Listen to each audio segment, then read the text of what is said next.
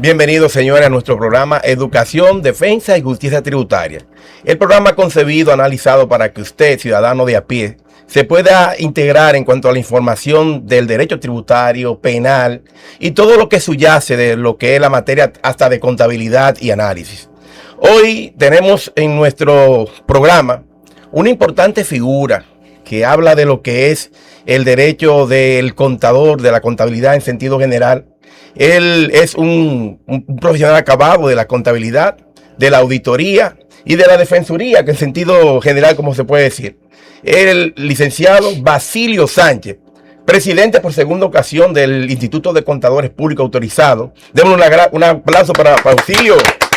Bienvenido. Basilio, ¿cómo te sientes? ¿Cómo estás todo? Bueno, primero agradecerle a ustedes por permitirme y permitirle al Instituto de Contadores y a toda su membresía compartir este espacio con esta mesa técnica, porque en verdad me siento muy a gusto de tener esta oportunidad de socializar con ustedes y compartir con todos los amigos que nos ven y nos escuchan. Bueno, junto a Basilio están nuestros colaboradores de siempre, que son eruditos en la parte del derecho tributario y la contabilidad, porque hay abogados y contadores. ¿Cómo está, Marcia? Bueno, un placer, Wilton, muy bien y honrada de poder ya tener aquí a nuestro invitado estrella y esperando poder entonces desarrollar esos temas que están de novedad. Vamos a ver, vamos a seguirnos enriqueciendo. Y Fulgencio, ¿qué dice? El sensei del derecho tributario. Claro que sí, grato placer, como siempre, poder compartir con cada una de las personas que nos ven a través de lo que son nuestras redes sociales, a través del Instagram, lo que es el YouTube y todo lo concerniente. Nuestro programa, como siempre, edificando a cada una de las personas que ven en materia tributaria, en la parte de la contabilidad, del derecho y todo lo concerniente. Hoy tenemos un plato fuerte porque contamos, como decía el buen amigo Wilton, con el presidente del Instituto de Contadores, el licenciado Basilio Sánchez. Marlin. Bueno, Fulgencio, ya te lo ha dicho todo. No hay más nada que decir. Vamos entonces en el día de hoy a entrevistar a este eminente doctor que va a tratar temas muy importantes para la comunidad en el día de hoy. Nemesio. Hola, saludo a todos, feliz y bendecido porque hoy le traemos un plato fuerte a lo que es la comunidad contable del país, cómo no, a la comunidad empresarial y también a los abogados. Nos resulta interesante y muy apreciable la visita del licenciado Basilio Sánchez, recién electo presidente del Instituto Dominicano de Contadores Públicos. Bienvenido y reciba un fuerte abrazo. Basilio, vamos a entrar de lleno a esta tertulia de informaciones que subyacen de lo que es el gremio que usted dirige. Usted fue anteriormente presidente del Instituto de Contadores Públicos y ahora lo es por segunda vez, me parece, 2026-2028. ¿Qué le intriga a usted postularse nuevamente ante este gremio? Mira, yo creo que primero una gestión en pandemia, muchos colegas me decían, no te dejaron terminar la gestión. Yo tuve la suerte de que Nemesio Herrera fuera el vocal regional en esa junta. Pero en realidad en mi agenda no estaba el volver al instituto porque uno va cerrando páginas en la vida y van abriéndose otras. Sin embargo, viendo la evolución de una serie de temas que impactan a la profesión y sobre todo una tarea pendiente que es el proyecto de ley de colegiación que lo dejamos en esa Junta 2022, lo dejamos en el Congreso y aún todavía este proyecto sobrevive en el Congreso y está en un buen nivel y dentro de esos temas de agenda pues nos motivamos a raíz de la motivación que nos hicieran una serie de colegas a aspirar de nuevo al instituto y bueno, gracias a Dios estamos aquí. Muy importante. Qué bueno. Marley. Bueno, siendo tan novedoso el tema de la ley 3026, ha generado lo que es mucho debate. Nosotros ya hemos tenido debate en cuanto a la misma. En el tema del sector contable, ¿qué usted entiende que en términos concretos que favorece, que no? Mira, yo creo que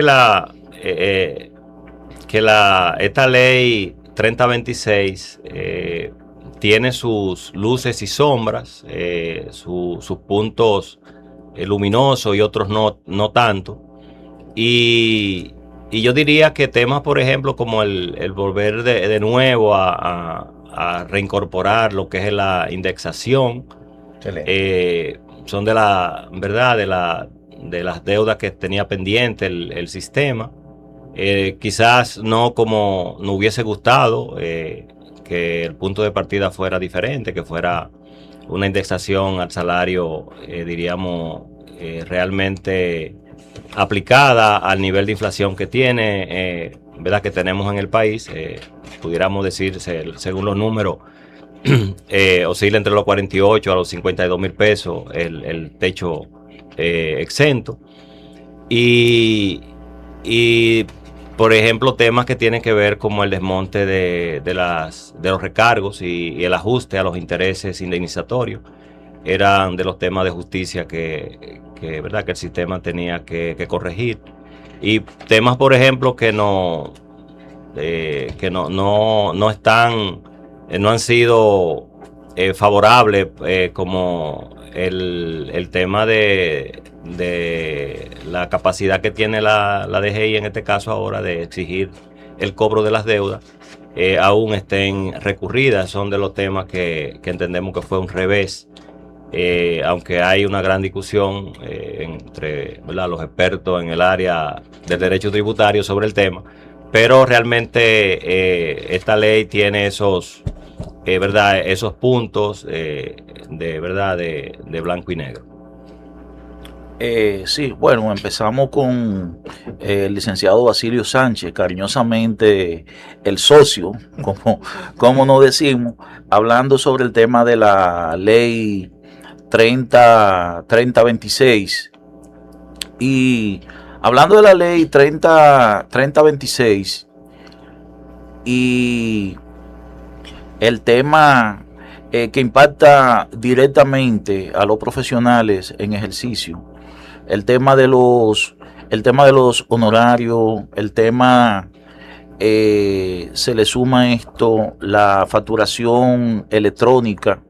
¿Cómo te sientes hoy día la preparación del contador con relación a estas exigencias fiscales, vamos a decir, de los últimos días, de los últimos meses?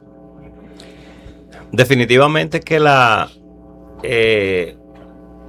carga que existe, y no solamente al profesional, el costo que tiene el contribuyente realmente para gestionar diríamos, un cumplimiento efectivo, se ha incrementado, y sobre todo con esta entrada, ¿verdad?, o este progreso que va teniendo la implementación de factura electrónica hacia su ruta final. Y evidentemente el profesional, para poder responder ante toda esta carga de exigencia, pues también tiene que hacer una gran inversión de preparación, y eso por obligación tiene que elevar lo que es su capacidad de propuesta o de cobrar honorario. Y ese es un gran dilema que tenemos los profesionales, porque muchas veces no hay mucho espacio para ajustar los honorarios, transferir los honorarios al cliente. Y ese es un gran reto. Yo estoy esperanzado de que podamos discutir en los próximos días con los borradores de normas que ya la DGI ha comenzado a poner a disposición de consulta pública, y la propia propuesta del reglamento del RCT, porque yo entiendo que a través de estos mecanismos pudiera un poco crearse un puente para flexibilizar y de alguna manera bajarle presión a esas cargas. O sea, yo digo, por ejemplo, en el caso del RCT, hay una gran oportunidad para la formalización para crear diríamos, una avalancha de empresas que puedan calificar, pero evidentemente tiene que ser una propuesta que sea acorde y sea ajustada con la realidad económica y de negocio, porque aquí hay muchas empresas que solamente son empresas nominadas en su tipografía, pero son empresas siguen siendo empresas de un único dueño. Mira, ahora que yo le escucho que usted menciona el tema de lo que son las normas que ha publicado la DGI en su plataforma a los fines de que la población en general pueda hacer consulta a los fines correspondientes. Qué bueno escuchar que ciertamente el gremio se está interesando y que la institución como tal está haciendo un acercamiento para poder socializar lo que son estas normativas.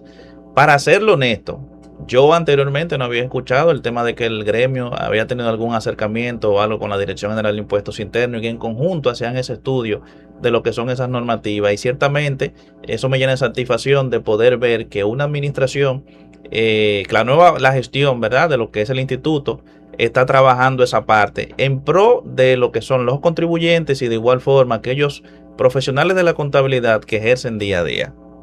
Interesante. El licenciado, nos honra su presencia y hay muchas preguntas y las leyes nuevas, como bien decía nuestro compañero, la 3026, pero también tenemos la ley de residuos sólidos. Esta ley de residuos sólidos aplica una carga, pudiéramos decir, impositiva en razón de los ingresos de las personas jurídicas, pero está agravando la contaminación. ¿Qué considera usted respecto de la competitividad entre estas empresas? ¿Ya ha habido a lo interno del gremio alguna alerta? ¿Qué dicen los miembros del Instituto de Contadores? O sea, ¿a cómo vamos? ¿Cuál sería el impacto que pudiera tener con las empresas? ¿Y qué han dicho los que van a manejar este tema contable?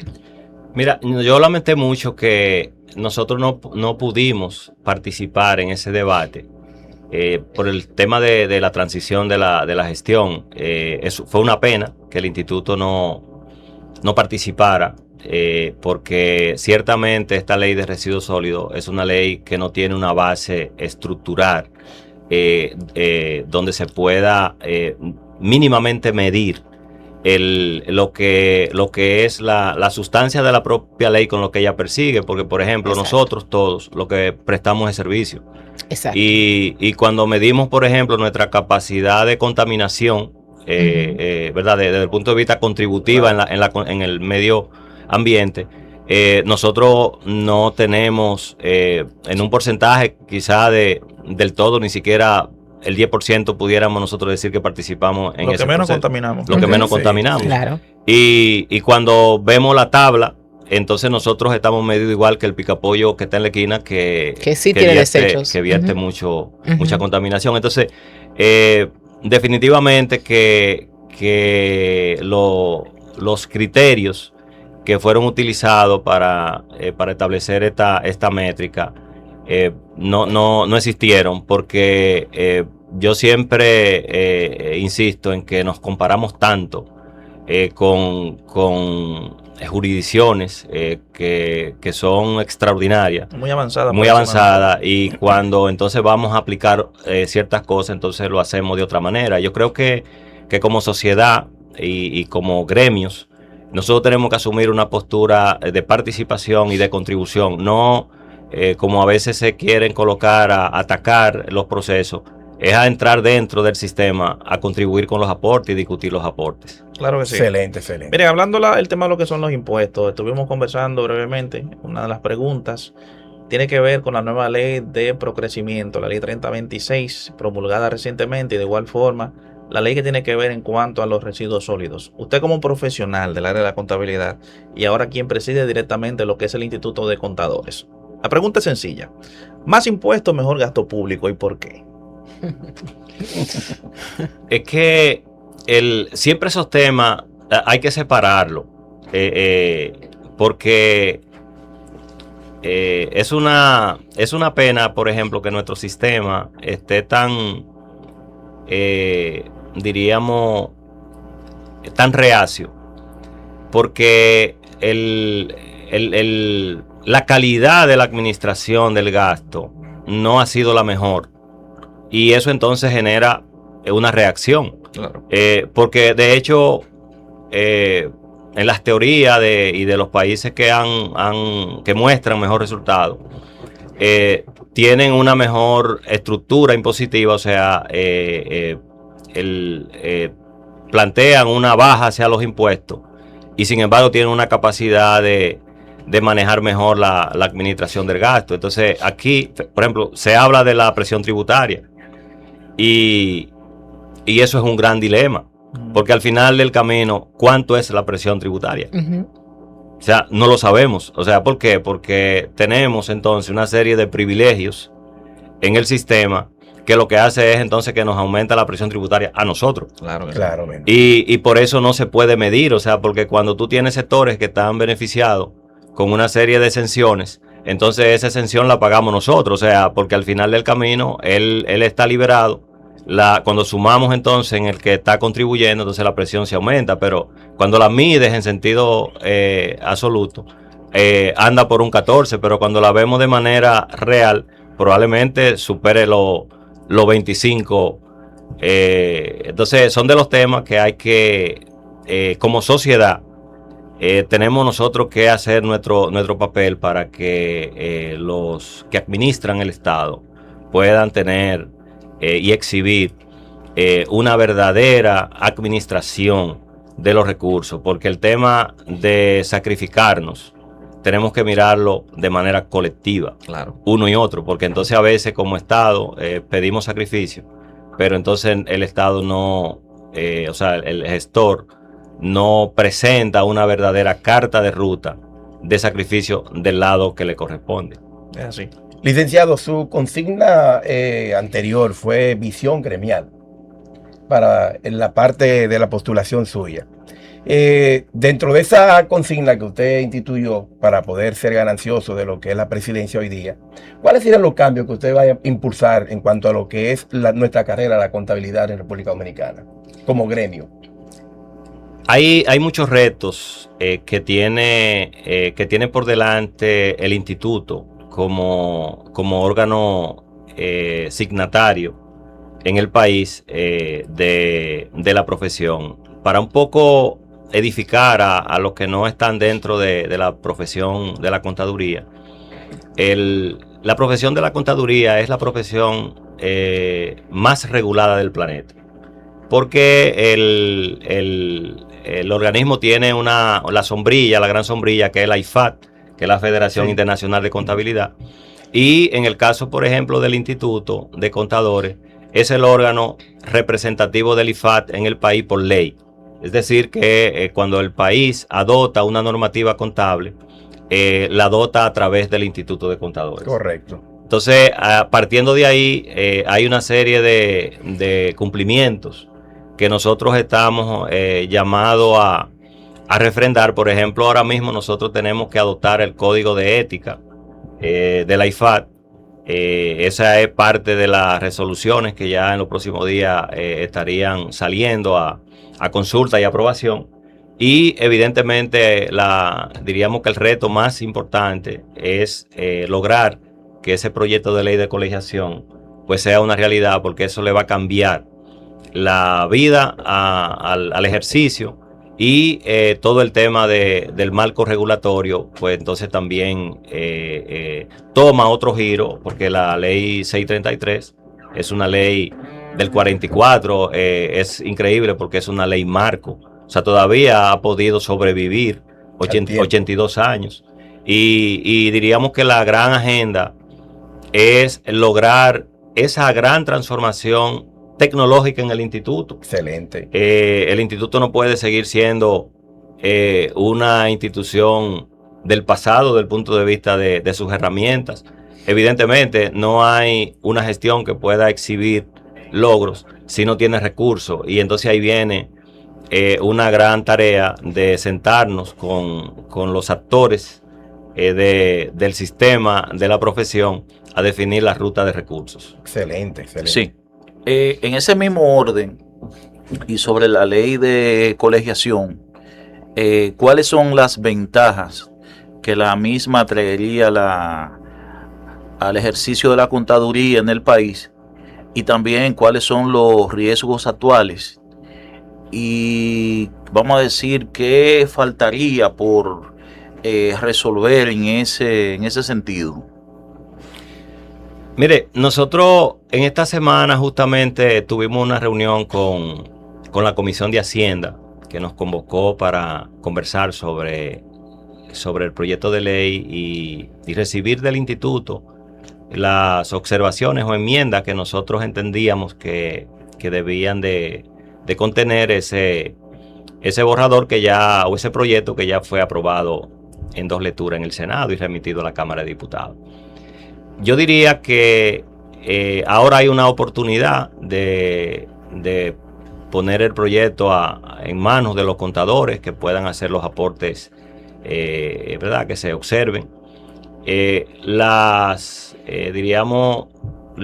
mejoras que esta ley trae para el contador, yo diría que desde el punto de vista de regulación, lo que está haciendo es, primero, adaptándose a los nuevos tiempos, pero además está estableciendo una ruta de regulación que la ley 633 no la tiene. Si vemos la ley 633, es una ley de apenas unos 15 artículos.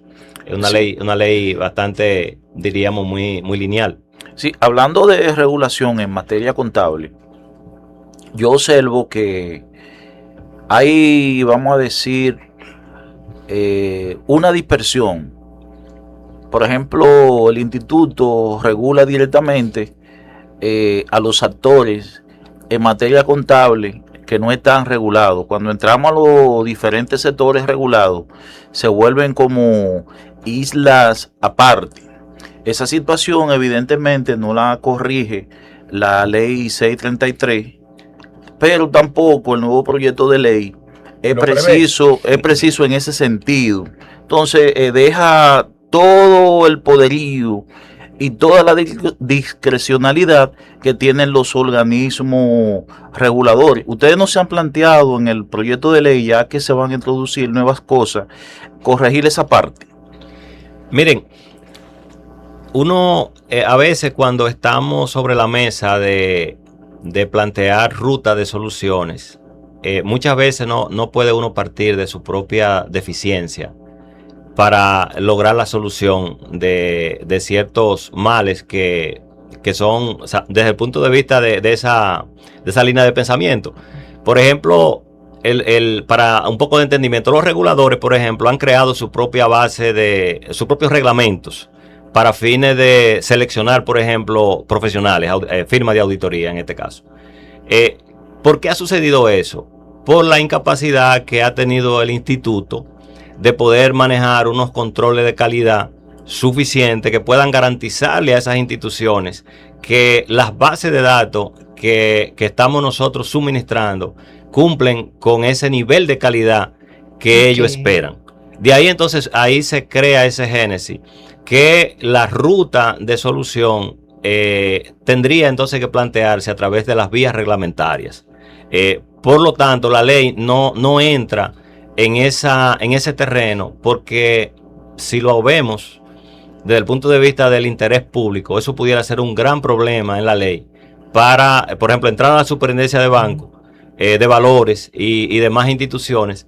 Sería un gran tema, pero evidentemente la ley está en un proceso de que la podamos ponderar. Las propuestas que puedan surgir en ese sentido son bienvenidas y las vamos a ponderar, porque a nosotros nos gustaría poder en este ordenamiento de la profesión tener esos elementos ahí. Un consenso. De que ciertamente se puedan hacer las recomendaciones del lugar a los fines correspondientes. Por ejemplo, en ese mismo orden, y analizando el tema de la ley, porque esta ley, soy testigo, el licenciado Sánchez y un servidor estamos trabajando en ella desde el 2018. Incluso en la gestión en que estuvimos juntos ambos, se hicieron grandes correcciones. Pero el tema de la regulación contable, yo he pensado en una figura que pudiera llamarse Consejo Nacional de Regulación de Políticas Contables orientada al sector público, al sector regulado. No, pero que yo entiendo que esa es la función del instituto. No, pero espera, porque lo que acaba de decir el licenciado Sánchez es cierto. Cuando yo te hablo de un Consejo Nacional de Regulación de Políticas Contables, eso debería estar integrado por la Superintendencia de Bancos, Seguros, Valores, y que el instituto esté en el medio. Miren, nosotros estuvimos en junta. A nosotros nos envió, no sé si recuerda, socio, la Superintendencia de Bancos, que revisáramos el reglamento de revisión de calidad de auditoría de las firmas que están suscritas a la Superintendencia de Bancos. Al final, ¿qué se notó? Que todo lo que es el tema sancionatorio lo controlan ellos. Los parámetros de calidad técnica dictan enormemente de lo que son las mías, porque la banca es muy especializada y tienen controles bancarios de calidad estrictos. Ahora bien, el Instituto de Contadores es quien tiene la potestad de ley para regular en materia contable, ya sea pública, contabilidad pública o contabilidad privada. Pero esa es una labor que debería ser del gremio en conjunto, adjunto de todos los reguladores, y irse por una directriz. Recuerden que hay una sentencia por ahí en donde incluso dice la Suprema Corte que en materia contable el instituto no es quien tiene la última palabra, sino la DGI. No sé si recuerdan ese caso. Eso está pendiente de revisión. O sea, un aspecto tan sencillo como es determinar la utilidad neta. Ahora mismo, según esa sentencia de la Suprema, quien sabe la DGI, no el Instituto de Contadores. Pero todavía se sigue postulando sobre eso. Sí, esa sentencia de la Suprema todavía está vigente. Sí. Ahora, ¿cómo resolver un dilema que se ha vuelto una cultura en nuestra sociedad con respecto, por ejemplo, a los funcionarios? Fíjate que cada funcionario es un gobierno aparte en sus propias regulaciones de las cosas. Por ejemplo, tú tienes poner ejemplo muy sencillo, la última base de datos, por ejemplo, que conocemos es la de la Contraloría. La Contraloría, por ejemplo, decidió hace 2 años, bueno, vamos a crear un banco de firmas elegibles para que auditen, por ejemplo. O sea, cada vez que un funcionario, ¿verdad?, asume, cambian las reglas. Sí, entonces establecen nuevas reglas. Y ahí viene un tema y me parece muy, muy oportuno ver figuras como una figura ya arriba que pueda sentarse en una mesa de trabajo a través de un órgano como ¿verdad?, con el nombre que sea, porque eso lo que está generando es dispersando todo el tema de regulación. O sea, porque si la Super de Valores tiene un banco de firmas, si Seguro tiene un banco de firmas, pero igual han replicado lo mismo en el tema de prevención de lavado de activos. Sí. O sea, ahí hay un tema de auditoría de cumplimiento, donde cada una tiene un banco de datos para auditoría de cumplimiento. Bueno, recientemente la Superintendencia de Banco adoptó la NIF como marco referencial para la presentación de los estados bancarios, que antes no era así. Mire, hay que reconocer, por ejemplo, como uno, ¿verdad?, dice una cosa, pues también tiene que reconocer la otra. Históricamente, y como lo decía Nemencio, el instituto siempre ha sido copartícipe de los apoyos de consulta con las decisiones en materia de la aplicación de la norma, porque son dos cosas diferentes. O sea, crean sus estructuras. Para crear las estructuras no te consultan. O sea, vamos a crear una base de datos. Bueno, ahí ellos crean su base de datos, son autónomos para hacerlo. Sin embargo, hay que reconocer que cada vez que van a aplicar una normativa, siempre ha sido, no sé, por ejemplo, en estos últimos 2 años cuál ha sido la dinámica, pero siempre recibíamos la solicitud de consulta tanto de DGI, Superintendencia de Banco, de Valores, para ello entonces poder darle cumplimiento a esas normas. Yo espero que podamos nosotros seguir motorizando esas mesas técnicas Por ejemplo, hoy en día la banca no procesa ningún producto financiero, préstamo, línea de crédito, sin que eso tenga un cumplimiento de aval de un estado financiero por un contador que pueda ser verificable a través de la página web del instituto. Pero eso no es por ósmosis. Eso ha sido parte de todo este trabajo de acercamiento y de comprensión con la superintendencia de banco en principio, y esto replicado entonces a la banca. ¿Qué nosotros pretendemos hacer? Ahora, hablábamos de conectar el instituto. Ya nosotros con uno de los bancos, y lo vimos en nuestra junta en su momento, socios, habíamos hecho un acercamiento para que esta confirmación sea automáticamente en línea, o sea que no tenga el oficial que entrar a la página del instituto, sino que a través de la conectividad sencillamente pueda este proceso hacerse y ser eficiente y no genere más tiempo, lógicamente. Licenciado, yéndonos un poquito al tema país, nosotros sabemos que el sistema tributario dominicano es un poquito complejo porque tenemos un código tributario, tenemos algunos reglamentos que complementan cada título del código tributario, pero tenemos un sinfín de normas generales que constantemente la Dirección General de Impuestos Internos está emitiendo. ¿Qué daña más a la República Dominicana con todo este sistema tributario? Esa sobreregulación que pudiera desincentivar la voluntad de inversión y de regularización de los empresarios o las personas que van a iniciar su actividad económica, o la defraudación, la evasión que delimita y debilita lo que es la capacidad económica. ¿Qué daña más? ¿Esa defraudación o evasión que deja al Estado Dominicano sin capacidad económica, o esa sobreregulación? Mira, es que eso es un costo demasiado alto para ambas partes. O sea, tanto para la administración tributaria administrar el compendio de normas que tiene, porque fíjate que tuvo que hacer un compendio de normas, o sea, un libro aparte, para poder administrar el proceso de cumplimiento de la obligación tributaria.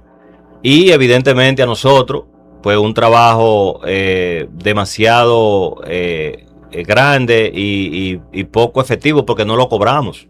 O sea, por ejemplo, dependiendo de tu target de cliente, de tu tamaño de cliente, tú podrás manejar, transferir esas cantidades de horas que tú para hacer el trabajo, porque evidentemente si es dar cualquier respuesta, por ejemplo, para tú elevar hasta un escrito de descargo, tienes que asegurarte que la invocación normativa que tú estás haciendo está actualizada.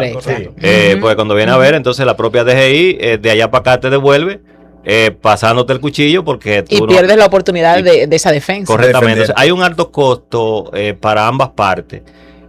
Claro, y esto evidentemente tiene su justificación, es que hemos sido una sociedad que ha venido arrastrando un sistema tributario de parche sobre parche. Y entonces no le queda opción a la administración tributaria que entonces establecer mecanismos que puedan darle un poco de aterrizaje a esos parches que se van haciendo. Trabajar con lo que tiene. Sí, definitivamente. O sea, pero eso no contribuye, y como bien tú lo planteas, por ejemplo, lo que hemos tenido oportunidad de salir del país y sobre todo en compromisos profesionales, muchas veces a uno le da pena porque son prácticas que tú dices, es que bajo ese modelo nosotros no vamos a tener las inversiones que no ni siquiera las que necesitamos, sino las que aquellos aspiran venir a nuestro país a invertir.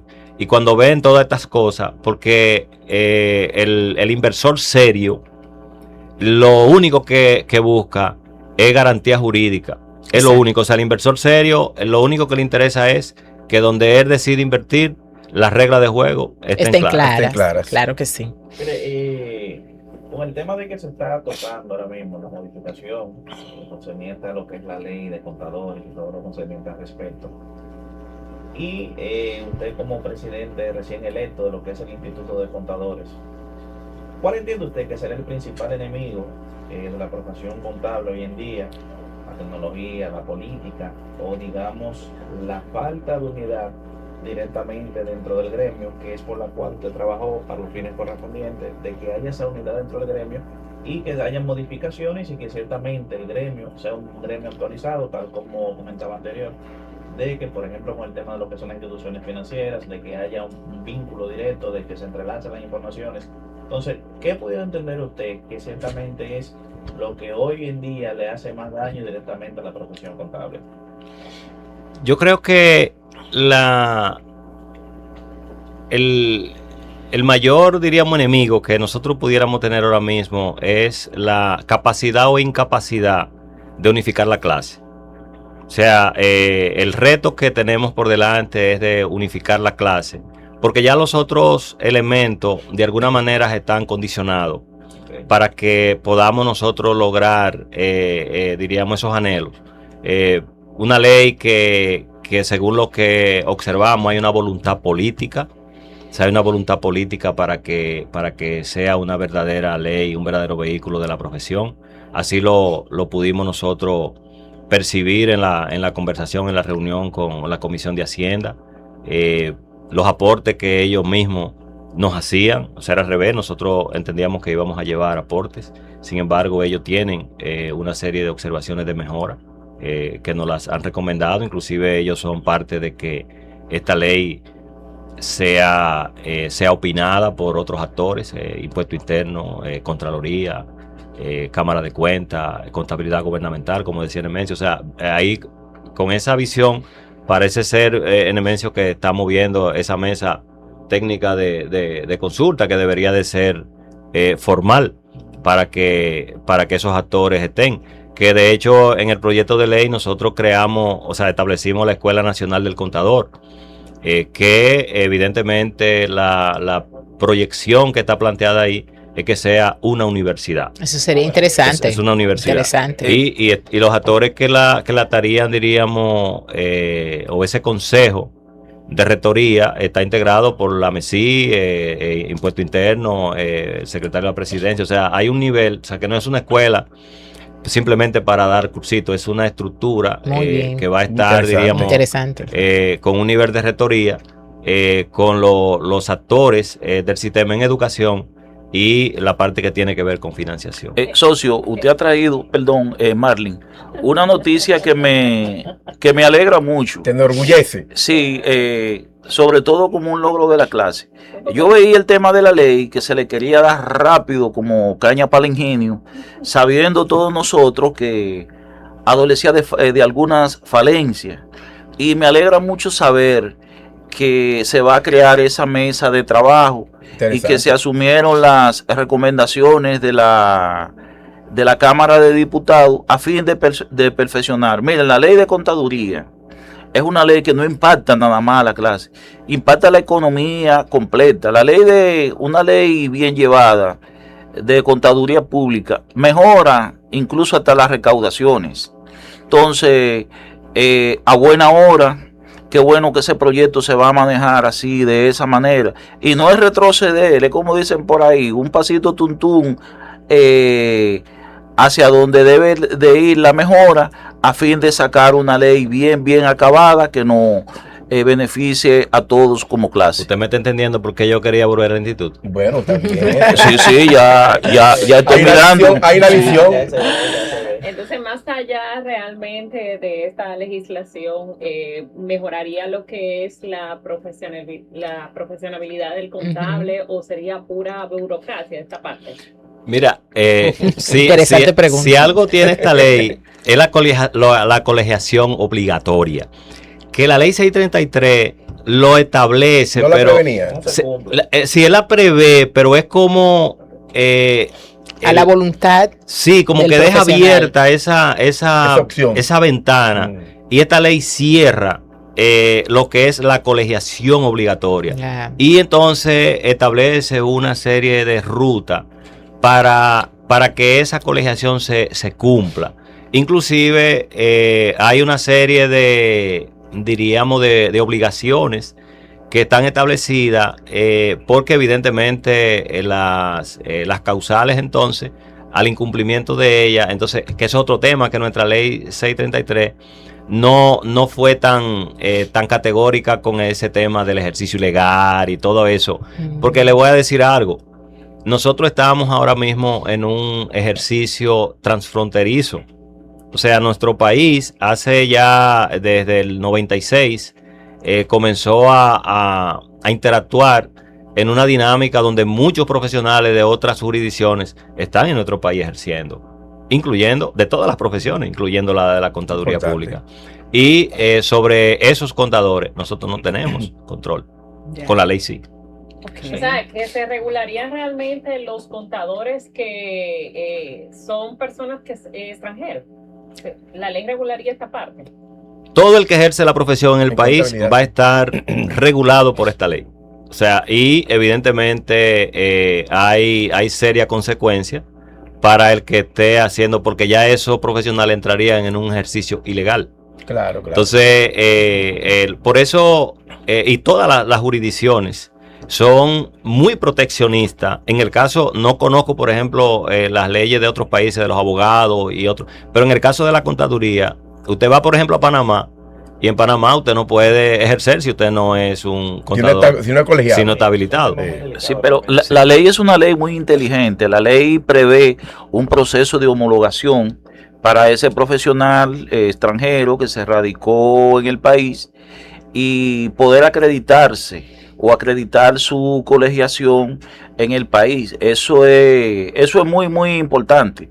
Por ejemplo, hoy día el procedimiento es muy tedioso. Hay temas de que se debe mediar de nuevo con las universidades locales y demás. Entonces, nuestra ley trae un dispositivo específico para esa parte. Y que hay que entender que en materia primero, en el caso de la contaduría, tiene esa facultad que tiene fe pública. Ese es un elemento importante. Y hay que tomar en cuenta que las profesiones que dependen de un S4, entonces hay una condición obligada para tú poder ejercer entonces en un país específico, porque el S4 te lo otorga el país. La certificación. Exacto. Entonces, son temas que están, como dice Nemesio, van vinculados, pero evidentemente el profesional que hace su convalidación en el país, pues evidentemente y cumple con lo que establece la ruta diríamos, de acreditación del colegio en este caso, que igual sucede con el instituto. Lo que pasa es que, como ustedes dicen, es un dolor de cabeza, por ejemplo, para revalidar ahora mismo a través de la Universidad Autónoma de Santo Domingo. Y hay profesionales que lo han logrado, muy pocos. De hecho, tenemos contadores que han ejercido, por ejemplo, en firma, en Big Four, que han tenido toda su vida que aguantársela, ejerciendo desde la posición de extranjería, porque no han podido revalidar. Algunos lo han hecho. Okay. Mire, licenciado, yo tengo un tema muy importante porque habla de lo que es seguridad, habla también de pulcritud. La ley 155/17 establece como una responsabilidad como sujeto obligado al contador. Cuando él, si está trabajando, encuentra actividades sospechosas de un mismo cliente, por ejemplo, y él quisiera reportarlo, perdería la comida, porque va a reportar a su patrón, pero también perdería el dinero de lo que es los honorarios per se. Pero hay un problema también de seguridad física para ellos, porque esto es un atentado que pudiera tener. Claro. ¿Qué seguridad o qué protección pudiera tener el Instituto de Contadores hacia ese profesional que decidió ser, por ejemplo, pulcro en lo que es la actividad? Mira, aquí hay un tema interesante y ya lo habíamos nosotros discutido con Lilian Valle en su momento en DGI cuando estaba dirigiendo el Departamento de Prevención de Lavado de Activos. Y hay dos cosas que hay que diferenciar. Una es que si bien la ley 155 tipifica al contador como, ¿verdad?, como un sujeto obligado, pero entonces también lo condiciona a las actividades del contador. Sí. Por ejemplo, un contador que lleva iguala, que hace auditoría, ese contador no entra dentro de la figura de sujeto obligado, porque no está desarrollando una actividad que la ley define como tal. Ahora, él presta a domicilio, por ejemplo, para constituir una compañía, etcétera, etcétera. Ahí él entra en esa parte. Si en el ejercicio de una auditoría, por ejemplo, un contador, ¿verdad?, detecta algún tema de alguna actividad que en principio pudiera parecerle sospechosa, fíjate que como él no está actuando bajo esa figura de un sujeto obligado. Y hay otros elementos que tienen que ver con el secreto profesional, aunque la ley 155 penetra el secreto profesional, o sea, pero hay que ver en qué circunstancias ese profesional está, diríamos, de frente a ese hallazgo, porque pudiera parecer una operación sospechosa. Por eso no me obliga a mí a desarrollar una alerta, porque pudiera parecer. Sí. O sea, habría entonces que desarrollar una serie de actividades que no le corresponde a ese profesional, porque entonces si está en una empresa que tiene una estructura, entonces tiene un oficial de cumplimiento. O sea, hay una ruta que el profesional tendría que agotar antes de llegar a tomar una decisión, porque también hay otro tema. No hay un mecanismo existente para que yo pueda reportar una operación sospechosa sin yo ser parte de esa estructura. O sea, es un tema digno de analizar. Claro. Porque yo, por ejemplo, voy a una empresa a auditar, pero yo no tengo un mecanismo, o sea, sí lo tiene el oficial de cumplimiento de esa empresa, que esa empresa a su vez es un sujeto obligado ante DGI o ante el otro. Yo no, ¿por dónde lo reporto? O sea, de hecho, nosotros tenemos ahora que volver de nuevo a DGI a sentarnos, a redefinir, porque hay un tema que me imagino que ustedes lo han observado. Por ejemplo, si Nemencio registró su actividad como contador, ya DGI lo tiene registrado como un sujeto obligado. Entonces ahora nosotros tenemos que sentarnos con nuestro amigo Urrutia para definir la limpieza de esa base de datos, para que se tenga en base de datos lo que, por ejemplo, yo estoy como sujeto obligado, pero yo no hago actividades. Yo lo que soy más socio de firma y comisario de cuenta en algunas empresas, ¿sabes? No aplico. Pero tengo entonces que quitarme esa actividad. Por la actividad económica. No, y que ahorita me notifican que no estoy cumpliendo con todos los requerimientos. Los reportes. Así es. Tenemos eso, o sea, son tareas pendientes que tiene el instituto como una acción, diríamos, colectiva, para que de manera institucional, conjuntamente con DGI, veamos cuáles son las rutas de saneamiento de esa base de datos, por el bien de la colectividad de los profesionales que no somos sujetos obligados y las firmas también. O sea, hay muchísimas firmas que no tienen este tipo de encargos que la ley manda, como lo tipifica como sujeto obligado.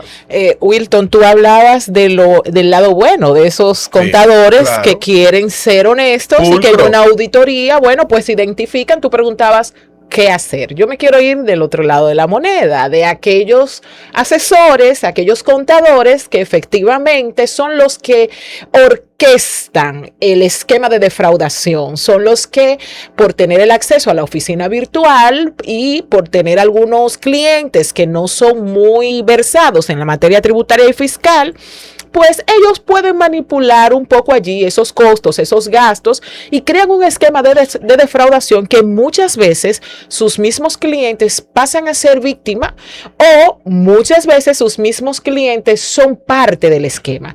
¿Qué hace la administración tributaria en la actualidad? Bueno, cuando los detectas, se formaliza una querella, una denuncia ante el Ministerio Público, y del Ministerio Público pues inicia una etapa investigativa donde pudiera determinarse que efectivamente ese contador, ese asesor, pues fue el intelectual en el esquema y presenta una acusación formal. No hemos visto que el Instituto de Contadores haya sido parte de esos procesos judiciales, y desde mi punto de vista y por la experiencia que he vivido en esos temas de defraudación y de persecución del delito penal tributario, entiendo que la presencia del instituto en estos procesos penales pudiera ser de importancia hacia el punto de vista de mandar un mensaje a los miembros del gremio, de decirles, estamos aquí, y si se evalúa un proceso, pues el gremio también podrá formar parte. ¿Ha pensado usted en su nueva gestión, en sus planes, poder ver esa parte penal tributaria? Y al punto, hablábamos ahorita de que la misma ley que ustedes están tratando de que sea efectiva, buscaba la forma de también hasta, bueno, quitar ese permiso de ejercicio, pero ¿pudieran ustedes, han pensado ustedes en poder formar parte de esos procesos penales que actualmente se están ventilando en las salas penales del país por defraudación tributaria? Mira, ese es un gran tema y, por ejemplo, Nemesio siempre ha sido de posiciones firmes. Dice, el instituto no defiende a su miembro y etcétera. Pero el instituto tiene una estructura, diríamos, que pudiéramos decir que es importante en esta etapa. Por ejemplo, hay un comité de ética que, dicho sea de socio, el comité de ética va a ser reenfocado para que realmente pueda ejercer una doble función, que sea un orientador permanente. Excelente. Y su rol natural se convierte en el fiscal del tribunal disciplinario para el tema de los casos que en el caso del instituto en principio se convierten en tema de carácter disciplinario, de carácter de cumplimiento del código de ética, porque evidentemente un profesional que está ejerciendo fuera de lo que son la directrices ética, pues ya cuando está en estrategias, como uno dice, muy agresivas fiscalmente y evadiendo y recomendando cosas, pues ya se sale de su código de ética. Sin embargo, nosotros, por ejemplo, en esta semana, el lunes creo, ya nosotros le enviamos inclusive una comunicación a Jenny Berenice, la magistrada. Nosotros en nuestra junta pues mantuvimos una relación de coordinación de trabajo. No avanzamos lo que quisimos. Básicamente empezamos por lo que era la Comisión de Auditoría Forense y Peritaje, donde ya habíamos conversado de hacer una mesa técnica permanente para ver todos los casos de apoyo que el instituto, es verdad que el Ministerio Público requiera y los operadores de justicia. Sin embargo, ahora nosotros vamos más allá para ver lo que sería un acuerdo de cooperación mucho más profundo. Hay una serie de temas que nosotros lo conversamos justamente con ella cuando no era procuradora, y inclusive uno de la preguntas que yo le hacía era el tema de los contadores. Y evidentemente diríamos que y hay que reconocer, señor, el Ministerio Público tiene un entendimiento muy claro de la posición que nosotros jugamos en las estructuras. Claro. O sea, reconoce, asimismo como DGI reconoció con el responsable solidario, que muchas veces yo estoy ahí, pero no estoy. Y ahí colocó la figura donde debe de estar, es decir, quién es el fue verdadero. El Tribunal Constitucional sí. que los obligó. Sí, lo definió. Exacto, Constitucional lo definió. Y qué bueno, porque es que, por ejemplo, a veces tú eres un contador en una organización y tú no tienes poder de decisión. Exacto. Así. Entonces, es injusto que a ti te lleven a un proceso cuando tú lo que eres una víctima. Exacto. O sea, son temas y por eso es bueno estas mesas técnicas con los actores, porque podemos entonces sí defender al profesional, no por su inconducta, sino por su posición en el camino. O sea, porque agregarla también el índice de responsabilidad que pudiera tener. Y es que hay realidades, por ejemplo, en estos días, por ejemplo, en el proceso de campaña, los procesos de campaña, hay gente que está sometido a estrés, y no porque está de acuerdo con un momento, y se pueden dar situaciones y sin excusarlo, pero hay que ver las circunstancias. Sí. Entonces, a veces hay profesionales que están en una posición y tú dirás, bueno, pues él debe de renunciar. Sí, esa es la posición de aquí, de este lado, esa es la posición cómoda. Hay que ver cuál es la condición de ese individuo, si tiene libertad económica para tomar decisiones. Entonces, pero esos son temas que evidentemente hay que verlo, pero sí, lo que sí está claro es que la inconducta debe de estar castigada, o sea, tanto en temas disciplinarios como en los procesos que deban corresponderle. Sí, bueno, ya al echarse la paloma, Sí. licenciado Basilio Sánchez, mi socio, ¿qué mensaje motivacional usted le envía a ese joven contador recién graduado de 25 años que vive en la sabana del Guabastico y necesita, O más para allá. o más para allá, y necesita abrirse camino en los lares de nuestra contabilidad? Yo creo que el mensaje es que el instituto tiene la obligación de integrar a todos sus contadores en el país. Y a ese que no pueda venir, nosotros vamos para allá. ¡Wow! Excelente. Eso merece un aplauso. Excelente. Bueno, para nosotros ha sido más que grato el placer poder compartir con Basilio Sánchez, presidente electo del Instituto de Contadores. Ciertamente. No funciona ya. En funciones, En correcto, funciones. en funciones ya, perdón. Ciertamente el instituto tiene un gran reto por delante y sabemos que en lo que es en la gestión del licenciado, el instituto va a desarrollarse, el instituto va a crecer porque esas son las buenas intenciones que se tiene desde mucho antes de tomar posesión en el mismo. Dentro de la campaña presentó lo que son propuestas de crecimiento y de Visión. acercamiento Visión. y con una visión sumamente importante para lo que es el gremio como tal. Entonces, estas puertas están abiertas para usted las veces que sea necesaria para que pueda venir por aquí y ciertamente hacer un llamado a cada uno de los contadores y todos los concernientes. Es un compromiso que tenemos. Vamos a usar estos espacios como línea de voceros del instituto, definitivamente. Excelente, O sea, se nos hemos quejado siempre que el instituto nadie lo escucha, no dice nada.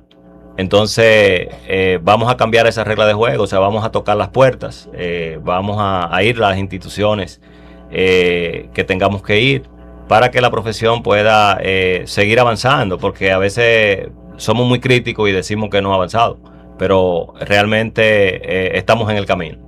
Eso es lo que Muy se bien. quiere, hermano Wilton. Entonces, señores, para nosotros ha sido más que grato el placer. Nos vemos en una próxima emisión de su programa Educación, Defensa y Justicia Tributaria. Hasta la próxima.